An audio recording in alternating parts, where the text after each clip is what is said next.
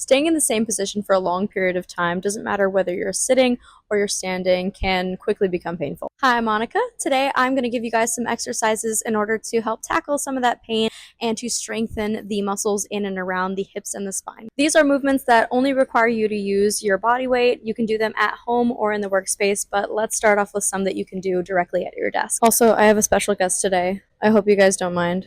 Let's start off with some cervical rotations, nothing too crazy. Sitting right where I'm comfortable, I'm just going to take my chin up and down for a cool 10 reps here. Then we can even give side to side a shot, and then we can bring all those movements together by doing some full cervical rotations. And don't forget to switch directions. Let's now go into some seated cat-cows. So literally all you're going to have to do is remain seated here, feet on the floor. I'm just going to round as much as I can in my back. I'm going to come back to neutral spine, which is just sitting upright. Then I'm going to arch back as much as possible, bringing my gaze with me. I'll show you guys from the side as well. So rounded for our cat, neutral, and cow.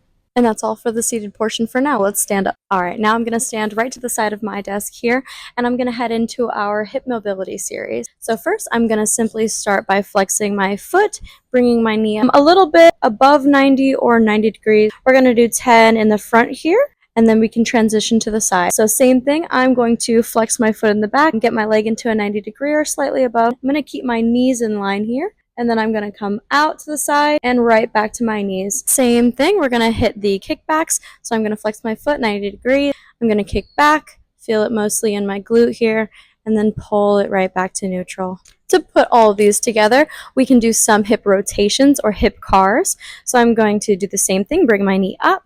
I'm going to bring it all the way around town, into the back, tap my foot, bring it back up, all the way around back to the front 90 degrees. And obviously you're going to hit both sides for all of the raises and the rotations as well. The next one we're going to get into can in theory be accessible from your office, but if you don't feel comfortable laying down on the ground in your office, it might be just better to hit these at home. All right, now we're going to hit our tabletop cat-cows. Similarly to what we did when we were seated, we're just going to take our spine through the full range of motion, flexion and extension, just in a tabletop position now. If you've ever done yoga, you probably know what this is, but I'm just going to place my wrists right underneath my shoulders here. So we're going from cat to cow, just trying to achieve full range of motion in our spine here. Up next are some bird dogs. These really help with achieving neutral spine and gaining strength in that neutral spine position. So all you're going to do is you're going to come back into your tabletop position that you were just in with me. Extend the opposite leg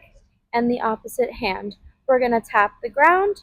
Then we're going to bring our leg and our hand in line with our bodies, and then coming back. Obviously, again, you're going to do both sides. I like to do 10 reps per side. And last but not least, we're going to get into some glute bridges. The glutes are super important muscles to develop, especially when we're trying to avoid that lower back pain. So I'm just going to come down onto the ground, laying on my back here. I'm going to place my arms down to my side. My knees are going to be right in line with my hips. From here, I'm going to drive my hips up high to the sky here. Come all the way back down, tap it on the ground, and come all the way back up. In order to progress this a little bit, I'm going to extend one leg, keep my knees in line here, similarly to what we did a few seconds ago. I'm going to, same thing, drive my hips up to the sky and all the way back down. Both sitting and standing are such essential parts of our lives, and neither of them are inherently bad. We just want to make sure that we have a variety of movement just so that we don't get stiff and miserable in whatever job that we work.